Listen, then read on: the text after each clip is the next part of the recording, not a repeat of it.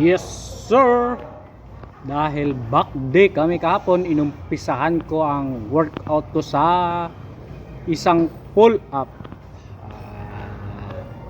Ayon sa ating mga loading expert sa bodybuilding, ang pull-up daw ay isa sa pinakamagandang workout o warm-up para sa back, kasi pag nag-pull up ka raw, halos buong back muscle yung nagagamit mo. Kaya naniniwala naman ako, alam mo naman, nakikinig tayo sa chismis. Sige, basta ganun yun. Pero ang technique, ganun pa rin, time under tension technique.